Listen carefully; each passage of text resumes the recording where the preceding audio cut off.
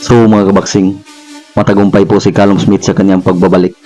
Ito'y matapos ang mapait niyang pagkatalo ng kanyang huling laban kontra kay Arthur Beterbiev.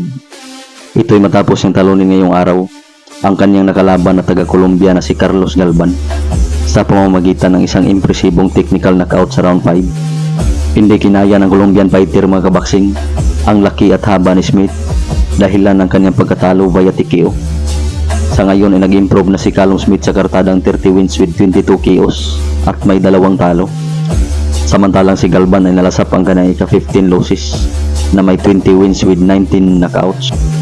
Samantalang sa main event mga kabaksing ay nakuha ng Briton Olympic gold medalist na si Galal Yafai ang WBC Interim World Flyweight title. Ito'y matapos niyang talunin na di patikim ni Sunny Edwards ang ikalawang talo nito sa pamamagitan ng technical knockout o referee stoppage sa round 6 ng kanilang bakbakan. Hindi kinaya ng footwork ni Edwards mga kabaksing ang walang humpay na pag-atake ni Galal Yafai, dahilan kung bakit di na nakayanan ng referee at kanya nang tinigil pagdating ng round 6 dahil sa sobra ng pagkabugbog nito. After sa kanyang mapait na pagkatalo ay inanunsyo ni Sunny Edwards ang kanyang pagre-retiro na sa larangan ng boxing na hawak ang kartadang 21 wins with 4 KOs at may 2 talo.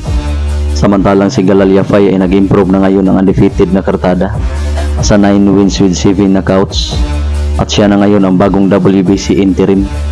Samantalang ang kampiyon sa nasabing titulo ay ang Hapon na si Kenshiro Teraji. Samantalang sa ibang balita mga kabaksing ay matapos ang pagkabigo noong nakarang Agosto na maging world champion ay muling magbabalik luna ang ating binansagang Doberman na si Dave Apolinario, kung saan sa pagkakataon na ito ay kanyang makasagupa ang kapwa Pinoy at tinalo na noon at ninakaut na ni Rimart Gabalio na si Jenny Boy Boca para sa isang 6 rounds flyweight bout na gaganapin ngayong darating na December 18 sa Bula Gymnasium sa General Santos City.